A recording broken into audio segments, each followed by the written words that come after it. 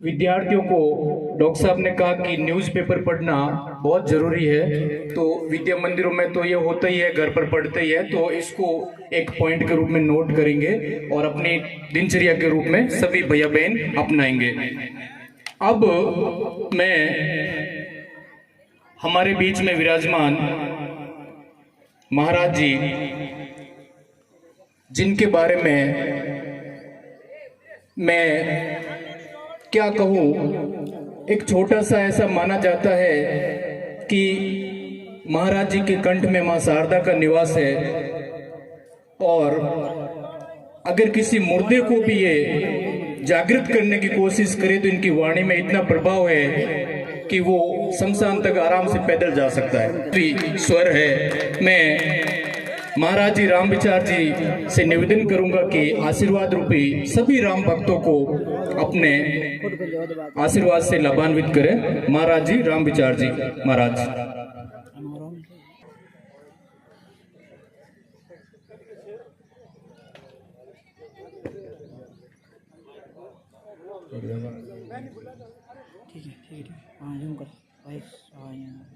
बोलिए भारत माता की। थोड़ा थोड़ा स्पीकर यूं कर दिया, वो वाला स्पीकर थोड़ा घुमा दो इधर मेरी तरफ, मुझे थोड़ा सुनाई देता रहे। घुमा दो घुमा दो घुमा दो। आपके लिए यहाँ से आवाज बढ़ा देंगे थोड़ी, और घुमाओ और घुमाओ, पूरा घुमाओ एक बार, थोड़ा और, बस ठीक है। बोलिए भारत माता की। श्यावर रामचंद्र भगवान की, श्री हनुमान जी महाराज की जय श्री राम। लोकाभिरामं मरणरंगधीरं राजीव नेत्रं रघुवंशनाथं कारुण्य रूपं करुणावकरं तं श्रीरामचंद्रं शरणं प्रपद्ये। अतुलित बलधामं हम शैलावदेहं धनुजीवन कृशानं ज्ञाननामग्रगण्यं सकल गुणनिधानं वानराणां देशं रघुपति प्रियभक्तं वातजातं नमामि। सर्वप्रथम भगवान श्री राघवेंद्र सरकार के पुनित पावन दिव्य चरणारविंदों में कोटि प्रणाम करता हूँ। तत्पश्चात मंचस्थ विराजमान परम शुद्ध श्रद्धास्पद प्रातः स्मरणीय वयोवृद्ध ज्ञान वृद्ध परम शुद्ध जगदीश राम जी महाराज, महेंद्र दास जी महाराज, हमारे मध्य विराजमान डॉक्टर राम गोयल जी, महेंद्र सिंह जी, खरता राम जी और अन्य सभी मंच पर विराजमान सभी का हृदय से आभार व्यक्त करता हूं कि आज आप सब समय निकाल करके सनातन धर्म को मजबूत करने के लिए यहाँ उपस्थित हुए। ये हम सभी का सौभाग्य है और निस्संदेह ही कहीं न कहीं व्यक्ति को अपने धर्म और राष्ट्र की निर्माण में योगदान देना चाहिए। और मैं समझता हूं ये विश्व हिंदू परिषद का सबसे बड़ा योगदान रहा, जो 500 वर्ष का कलंक राम मंदिर को लेकर के लंबी एक लड़ाई लड़ी और विश्व हिंदू परिषद ने 60 वर्षों में वो करके दिखाया, राम मंदिर स्थापित कर दिया। ये अपने आप में बहुत बड़ी बात होती है। जब व्यक्ति संघर्षशील होता है तो बहुत कार्य करता है। लोग कहते हैं कि ये क्या कर लेंगे, विश्व हिंदू परिषद क्या कर सकता है। मैं तो निवेदन करना चाहूंगा कि यदि विश्व हिंदू परिषद ये निर्णय ले ले कि मुझे सनातन धर्म को मजबूत करना है, तो राम मंदिर बनाने वाला विश्व हिंदू परिषद मथुरा में कृष्ण मंदिर और काशी विश्वनाथ का मंदिर भी कुछ समय में तैयार होगा। वर्तमान की स्थितियों को देख करके ऐसा लगने लगा है, वक्फ बोर्ड एक ऐसा था जिसने सनातन धर्म को ही नहीं अपितु पूरे भारतवर्ष की नींव को खोद करके खोखला करने का काम किया, और आज वो निर्णय भी कुछ परिवर्तन में आया। हम तो सोचते हैं और चाहते भी हैं कि वो जड़ से समाप्त हो जाए ताकि हिंदू राष्ट्र थोड़ा अच्छा रह सके, हिंदुओं के लिए कुछ व्यवस्था हो सके। इसके लिए हिंदुओं को संगठित होना पड़ेगा, एक साथ आने का काम करना पड़ेगा और अपने आप को कभी भी कमजोर नहीं समझे। मन में ऐसा भाव आता है कि ये लड़ाई झगड़ा कौन करेगा। अरे भैया, मौलवियों को कोई समस्या नहीं है। जब कभी कोई राजपद पर बैठे लोग होते हो वैसी जैसे वो भी टिप्पणी करने से पीछे नहीं हटते हैं, तो भैया हम तो हिंदू हैं और हमारा अधिकार है, हम धर्म की लड़ाई लड़ रहे हैं तो धर्म के लिए बोलना पड़ेगा। और मैं कई बार ये बात कहता हूं कि यदि अच्छा कुछ बोल सकते हो तो बोलो, यदि अच्छा न बोल सकते हो, अच्छा लिख सकते हो तो लिखो, और वो भी यदि नहीं कर सकते हो हो तो कोई अच्छा कर रहा भी उसके पीछे दीवार बन करके खड़े रहो, ताकि उसको लगे कि राष्ट्र का कार्य कर रहा है और मैं इसके पीछे दीवार बन करके खड़ा हूं, तो वो आदमी कार्य करेगा। अकेला यदि छोड़ दोगे तो उसको लगेगा कि मैं अंधे और बहरे लोगों के लिए युद्ध लड़ रहा हूं। ऐसा नहीं लगना चाहिए। उन्हें लगना चाहिए मैं अपने गौरव की लड़ाई लड़ रहा हूं, अपने राष्ट्र की लड़ाई लड़ रहा हूं, अपने धर्म की लड़ाई लड़ रहा हूं, अपने हिंदू भाइयों की लड़ाई लड़ रहा हूं, अपने बहन बेटियों की लड़ाई लड़ रहा हूं। यह व्यक्ति को जब लगता है तो वो और ज्यादा पुष्ट होता है, बलवान होता है और वो कार्य करता है।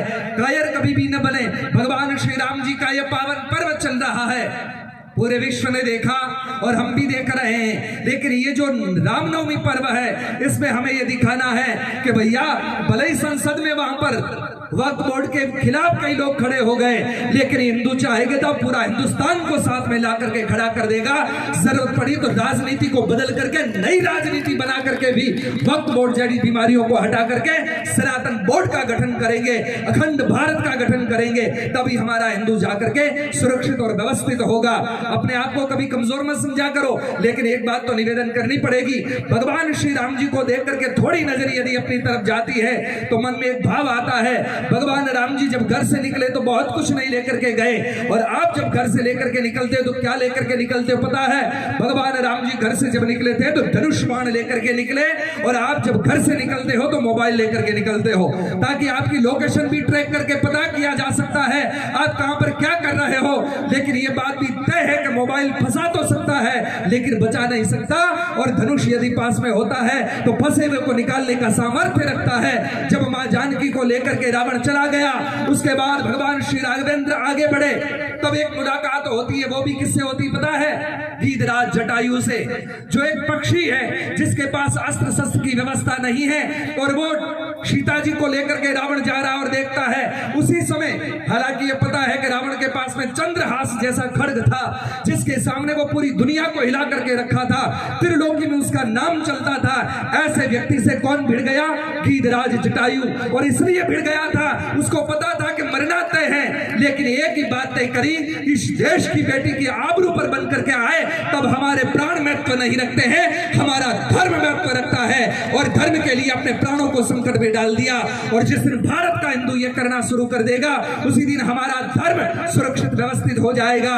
और उसी समय जब गीधराज जटायु के पंख काट दिए और धरती पर पड़ा था, कुछ समय बाद राम जी पहुंचते और राम जी ने देखा, गीधराज जटायु ने सारी वार्ता सुनाई। भगवान मैंने कोशिश तो बहुत करी, लेकिन प्रभु मैं बेटी जानकी को बचा नहीं पाया। राम जी ने कहा आपने इतना करके सिद्ध कर दिया, इस देश की बेटी के लिए हमारे यहाँ का एक पक्षी भी प्राण देने से पीछे नहीं हटता, बस इतना पर्याप्त है, बाकी का हिसाब किताब मैं स्वयं करूंगा। तो जी गीधराज जटायु ने कहा मैं जा रहा हूं। प्रभु जाते जाते आपसे कहना चाहता हूं, क्योंकि अभी शरीर का मैं विसर्जन करूंगा। गीध दे धजी हरि धरि हरि रूपा भूषण बहुपट पीत अनूपा। बोले शरीर को छोड़ करके मैं आपके धाम जा रहा हूं, लेकिन जाते जाते मन में एक बात आ रही है। प्रभु बोले क्या? बोले मैं सीता की रक्षा नहीं कर पाया, और अब मैं जाऊंगा भगवान के धाम में, और आपके धाम में जाऊंगा तो वहां अवधेश महाराज मिलेंगे दशरथ जी। और यदि उन्होंने पूछ लिया कि जटायु तुम आए हो, क्या समाचार है, तो मैं क्या बताऊंगा? क्या ये कह दूं कि जानकी का अपहरण करके रावण ले गया और मैं उसकी रक्षा नहीं कर पाया? क्या सूचना दूं? तब राम जी ने एक बात कही, आपको कोई सूचना देने की आवश्यकता नहीं, कोई समाचार देने की आवश्यकता नहीं। जो सीता को लेकर के गया वही जाकर के समाचार देगा। बोले कैसे? बोले आप चिंता मत करो, आपने अपना कर्तव्य पूरा किया है, और अब मैं जाऊंगा पूरी लंका का तहस नहस कर दूंगा रावण मर करके, और वह जाकर के कहेगा कि एक बार अयोध्या सम्राट महाराज दशरथ के पुत्र वधु पर मैंने नजर डाली थी, मेरा पूरा वंश बर्बाद हो गया, और आज आकर के यहाँ क्षमा मांग रहा हूं। और वो वहां आकर के क्षमा मांगेगा, और वही भगवान ने किया। यही होती है हिम्मत। आदमी कोई कार्य करने से पूर्व यदि अपने मनोबल को मजबूत बनाता है, वो अखंड भारत बना सकता है, वो संकल्पों को साकार कर सकता है। लेकिन आदमी योजनाएं बनाता रहता करता है, ये होगा कि नहीं होगा कि नहीं, ये कभी भी मत रखोगे। नहीं शब्द को ही अपनी जिंदगी की डिक्शनरी से हटा दो। एक ही शब्द रहेगा कि यदि एक हिंदू चाहेगा तो धरती पर भगवान को लेकर के आ जाएगा। जैसे प्रहलाद ने खंबे से भगवान को निकाल दिया, ऐसे यदि हिंदू हो जाएगा, उस दिन हिंदू के सामने कोई नजर उठा करके नहीं देख पाएगा। आज नहीं जैसी बातें हो रही है, और हम लोग केवल मोबाइल में व्यस्त हैं। अरे भैया, हमारे यहाँ पर लोगों को लगता है बोले अब तो सब कुछ बढ़िया हो रहा है। अरे भैया, कितने दिन बढ़िया की गिनती करते रहोगे? ये यदि मैं आज निवेदन कर रहा हूं, यदि राष्ट्रीय स्वयंसेवक संघ न हो, विश्व हिंदू परिषद और बजरंग दल नहीं हो, तो हिंदुओं के पास में ऐसी क्या व्यवस्था है जिससे वो हिंदुओं को जागरूक कर सकता है या उसकी सुरक्षा कर सकता है? देने का कार्य कर लो तो अपने आप राष्ट्र की रक्षा हो जाएगी। तुम्हारा मोबाइल कुछ नहीं कर पाएगा। बांग्लादेश वालों के पास में क्या मोबाइल नहीं था? उनके पास में मोबाइल, मोटरसाइकिल, गाड़ी सब कुछ था, लेकिन जब प्राण संकट में पड़े उस समय ये सारी चीजें काम नहीं आई। और जब भगवान राम जी का प्राण थोड़ा भी संकट में दिखाई पड़ा, उसी समय भगवान ने अपने धनुष को निकाला कंधे से और तीर साधा, और उसी समय केवल एक भगवान राम जी की धनुष की तनकार खींची गई, उससे पूरी की पूरी लंका हिल गई थी। आप लोग यदि रामायण का स्वाध्याय करते हैं तो रामायण में प्रसंग आता कि सीता जी के अपहरण के बाद राम जी जब पहुंचे, राम जी को पता चला तो राम जी ने कहा कि पहले हम अभी भी चेतावनी देंगे, रावण को सीधा जाकर के नहीं मारेंगे, लेकिन एक बार चेतावनी देना चाहते हैं। राम जी ने तीर छोड़ा और रावण जिस जगह पर बैठा था उसके पत्नी के कान का कुंडल गिरा और रावण के सारे मुकुट जमीन पर गिर गए और कहा कि मैं चाहता तो तेरा सर भी काट सकता था, लेकिन सावधान कर रहा हूं कि तुम्हें मैं मारना नहीं चाहता, क्षमा करना चाहता हूं, लेकिन मेरे से कोई पूछे कैसा करना चाहिए क्या, तो मैं तो कहूंगा कि वो तो राम थे इसलिए माफ करते थे, हम कोई राम वाम नहीं है, हम तो जितना हो सके उतना जल्दी हिसाब किताब कर दो, ये ज्यादा बढ़िया है। और यद्यपि नहीं कर पाए तो वो जैसे लोकी में रात को इंजेक्शन लगता है और सुबह तक बहुत बड़ी हो जाती है, ऐसे वो लोग बढ़ रहे हैं। आने वाले समय में सबके प्राण संकटों में पड़ सकते हैं। और यदि हिंदू सोच लेता है कि हमें भारत अखंड बनाना है, विचार करो, अभी भी हम बैठे थे तो महाराज जी से मैंने कहा महाराज जी क्या करें, अब नया कोई साधु तैयार नहीं हो रहा। बोले सीधी सी बात है, लोग एक औलादी पैदा करते हैं तो आप वो घर पर रखे महात्मा बनाए, तो आप फिर से एक बार करो। वो बहुत लंबी कतार शुरू कर रहे हैं, बोले वो तो 5 के 75 हो रहे हैं और हम तो भैया 2 के 1 ही होकर के रह जाएंगे। मुझे लगता है यदि कुछ शरीर में कमी रही, मोबाइल ज्यादा चलाते रहे तो एक भी पैदा नहीं कर पाओगे।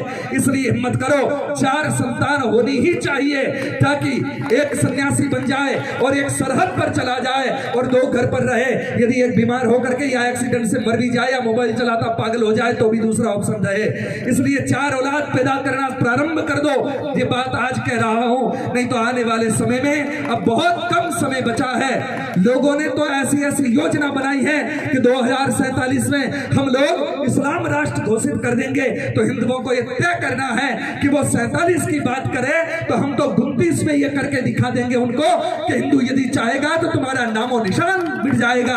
और ये बात आपको इसलिए कह रहा हूं, भगवान राम जी जब निकले थे तो बहुत सेना साथ में लेकर के नहीं गए थे, केवल धनुष बाण लेकर के गए एक भाई के साथ। और इतने बड़े व्यक्ति को चुनौती दे दी, इतने बड़े व्यक्ति को जिनके पास में पूरा सोने का महल हो, पूरी राजधानी हो और चलता भी हो तो वो कोई आपकी तरह गाड़ी में नहीं चलता था, पुष्पक विमान में चलता था।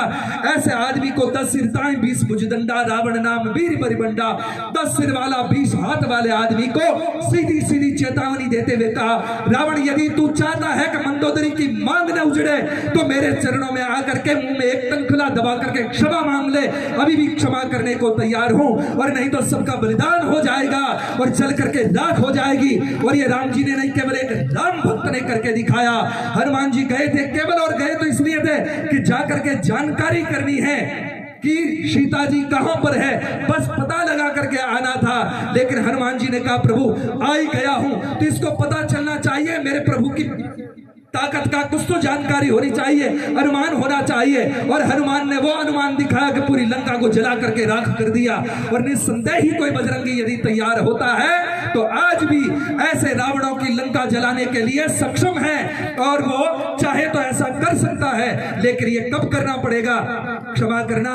लेकिन जहां हम बैठे हैं ये राष्ट्र कार्य की बात है, ये धर्म कार्य की बात है, इसलिए मुट्ठी भर लोग हैं, इतना निमंत्रण देना पड़ता है। लेकिन कहीं गांव के बाहर जादू होता है या कोई नया नोटंकी का कार्यक्रम होता है, इतने से नहीं, इससे कई गुना लोग ज्यादा इकट्ठे हो जाते। अरे छोड़िए, और निवेदन करूं, आजकल फोगट की जो बातें होती है, कई बार हम देखते हैं रात्रि में जागरण होता है, लोग थोड़े से इकट्ठे होते हैं 50 एक, और वही कार्यक्रम सुबह में होता है और लोग वो टेंट छोटे पड़ जाते हैं। किस लिए आते हैं? जब शाम को धर्म की बात सुनाई जाती थी, राष्ट्र की बात सुनाई जाती थी, कल्याण की बात की जाती थी, तब कोई नहीं आता। लेकिन सुबह वही लोग हथेलियां चाटने के लिए उस टेंट के नीचे आ जाते हैं और बड़ी भीड़ कर लेते हैं अभी खा करके, और इस पूरे समाज को खोखला कर दिया, बर्बाद कर दिया।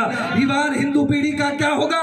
किसके सामने जा करके हाथ फैला करके गिड़गिड़ाओगे? हमारी रक्षा कौन करेगा? तुम लोग तो न तो डोडो से बाहर आओगे, ना अफीम से बाहर आओगे, ना बोतल से बाहर आओगे, तो फिर रक्षा कौन करेगा इन बहन बेटियों की?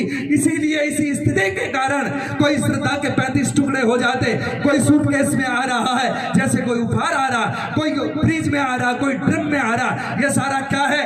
ये हिंदुओं की उदासीनता का कारण है। और हिंदू जाग जाएगा, उठ जाएगा। ये बातें फालतू की करना बंद करो। बोले हम क्या करें, हम तो बिजनेसमैन हैं। अरे बिजनेस तब बचेगा जब हिंदू बचेगा। हिंदू का रहना जरूरी है, रहोगे तो बिजनेस बनेगा। कई लोग मुझे कहते हैं आप इस प्रकार की उठपटांग बातें क्यों करते हो, आपको क्या लेना देना चल रहा है? मैंने कहा यदि मैं भी नहीं बोलूंगा बाद में कोई साधु कहीं कथा नहीं कर पाएगा। अभी तुम कथाएं कह रहे हो, लोगों को धर्म उपदेश कर रहे हो, जब राष्ट्र नहीं बचेगा, हिंदू नहीं बचेगा, ये सारी बातें किसको कहोगे जाकर के? इसके लिए बोलना जरूरी है, इसके लिए हिंदुओं को जगाना जरूरी है, ताकि हमारा धर्म अक्षुण्ण रहे, अखंड रहे। इसके लिए अब सभी लोगों को अपना कार्य करना ही पड़ेगा। इसलिए विश्व हिंदू परिषद और बजरंग दल जो कार्य कर रहा, हिंदुओं को जन जागृति का कार्य कर रहे हैं कि हिंदू जाग जाए और जाग करके हिंदू ऐसे भारत का निर्माण करें, आने वाली भावी पीढ़ी अपना कर्तव्य अपने आप समझ जाए कि हमें क्या करना। हम देखते हैं वीडियो में कई बार तो लोग, बहुत सारे छोटे छोटे बच्चे जो मुश्किल से 5 साल के होते, वो कहते हैं कि तुम्हारी सरकार आएगी या तुम बड़े हो गए तो क्या करोगे? बोले राम मंदिर को तोड़ के मस्जिद बनाएंगे। क्या आपने ऐसा कभी अपने बच्चों को सिखाया है कि राम मंदिर क्या है? हकीकत तो यह है कि हमारे बच्चों को पता भी नहीं है कि भगवान राम जी का मंदिर किस जगह पर था। ये यदि विश्व हिंदू परिषद ना हो तो लोगों को पता ही नहीं कि राम जी कहां हुए। सच मानिएगा, ऐसी उठपटांग सरकारों ने तो कह दिया था राम जी का क्या सबूत है, राम सेतु का क्या सबूत है, और मान भी लेते ऐसे सरबरे यदि विश्व हिंदू परिषद नहीं होता तो। सारे प्रमाणों को लाकर के सामने रखा, तब अदालत ने भी ये निर्णय दिया मजबूर होकर के। इसलिए बंधुओं निवेदन करना चाहता हूं, ये वक्त है, ये समय है, इस समय में यदि ऐसा नहीं हुआ कुछ तो जिंदगी में कभी नहीं होगा। मेरे जीवन काल का मैं 44 वर्ष का हो रहा हूं, इस पूरे जीवन के इस कालखंड में देख रहा हूं, इससे बढ़िया मेरे जीवन में कोई समय नहीं आया जब पूरा देश भगवे में हुआ हो। हर देश का प्रत्येक नागरिक राम के बारे में सुनना और समझना चाहता है, जानना चाहता है। ये कालखंड आया और यदि इसमें थोड़ी भी लोगों ने कहा था अब की बार 400 पार, उसमें लोगों ने कहा अपने आप सरकार बन जाएगी, तो ये वक्त बोर्ड में अब दूसरों की सलाह लेनी पड़ती है। नहीं तो यदि 400 पार हो गई होती ना तो सूते होते वही काम कर जाते, ज्यादा जरूरत नहीं थी दूसरी चीजों की। इसलिए अब की बार संगठित होकर के अच्छा कार्य करना है। आम बालक को जगा करके तैयार करो, बिठा करके। आजकल तो हर बच्चा पूछता है तूने क्लास में पढ़ाई करी, कितने नंबर लेकर के आ गया? ये सारी बातें पूछना बंद करो और उनको कहो कि महाराणा प्रताप ने क्या किया। राणा सांगा के बारे में 2% का व्यक्ति कुछ भी कह करके बकवास करके निकल लेता है और हिंदू सुनता रहता है, कहता ये अच्छा नहीं किया। पूरा हिंदू यदि रोड पर खड़ा हो जाता तो पता चलता कि भैया राणा सांगा के प्रमाण के लिए तुम्हारे जैसे मूर्खों की आवश्यकता नहीं है, 80 घाव पर्याप्त है उसके शरीर के। वो बता देते कि उस आदमी ने इस राष्ट्र के लिए क्या किया, धर्म के लिए क्या किया। ये घास की रोटियों से आई हुई हमारी आजादी है, किसी के बाप की बपोती नहीं थी, दान में दी हुई नहीं है। हमारे देश के युवाओं की, हमारे देश के हिंदुओं के रक्त के प्रभाव से ये अखंड भारत बना है, स्वतंत्र भारत बना है। इसलिए हे हिंदुओं, हे युवाओं, निवेदन करना चाहता हूं, अपने आप को संगठित करो, मजबूत करो, ताकि सनातन धर्म का हम लोग ऐसा स्वरूप देख सकें। मेरी इच्छा है कि जो लोगों ने राम मंदिर के लिए अपना कुर्बान दिया और उन लोग राम मंदिर न देख पाए, लेकिन मैं चाहता हूं कि पूरा भारत में एक ऐसा माहौल रहे कि केवल हिंदुओं का माहौल रहे, और ये मैं जीते जी देखना चाहता हूं। इसलिए ये सारी बातें कह रहा हूं। इसलिए हे हिंदुओं, सुनने के लिए, बोलने के लिए, करने के लिए तैयार हो जाओ। ऐसे अवसर बार बार नहीं आते हैं। और जो लोग आपको कहते हैं बोले नहीं भैया ये सब कहने की जरूरत नहीं, ऐसे लोगों से क्या करना पता है? कोरोना में क्या करते थे? Social distancing. उन लोगों से दूरी बनाना प्रारंभ कर दो। मैंने तो महेंद्र सिंह जी से कहा कि थोड़ी सुरक्षा की व्यवस्था करो, फिर सालों को सबको चीर फाड़ करके रख देंगे, और फिर रही बात जरूरत पड़ी तो ऑपरेशन के लिए डॉक्टर साहब है ही है। इसलिए हमें अखंड भारत बनाना है, धर्म को अच्छे स्वरूप में ला करके स्थापित करना। कैसे? भगवान राम जी की तरह। भगवान राम जी अकेले निकले थे और लंका पर ऐसा बलवा बोला, सब कुछ समाप्त करके आ गए। ऐसा हम सभी को बनना है। ज्यादा कुछ नहीं कह करके बस इतना ही निवेदन करूंगा। अवसर अनमोल है, मिला है, कुछ काम ऐसा कर जा, पा करके गुरु से ज्ञान यार, मरने से पहले मर जा। बैठ निरंतर अपने घट में, न किसी के घर जा, सीता राम का सुमिरन करके भव सागर से तर जा, क्योंकि अवसर अनमोल मिला, कुछ काम ऐसा कर जा। बस इन्हीं शब्दों के साथ अपने बोल को विराम दूंगा। एक बार सभी जय घोष करेंगे, बोलिए भारत माता की। क्यों भाई, पीछे वालों का हाथ नहीं है क्या? जिसको भगवान ने 2 हाथ दिए दोनों ही उठा लें। एक जिसके पास हो वो एक उठाए, जिसके पास है नहीं उससे हम शिकायत पहले भी नहीं करते थे, अब भी नहीं करेंगे। इसलिए एक बार सभी ऊर्ध्वभाव होकर के बोलिए सियावर रामचंद्र भगवान की जय। जय श्री राम, जय जय श्री राम।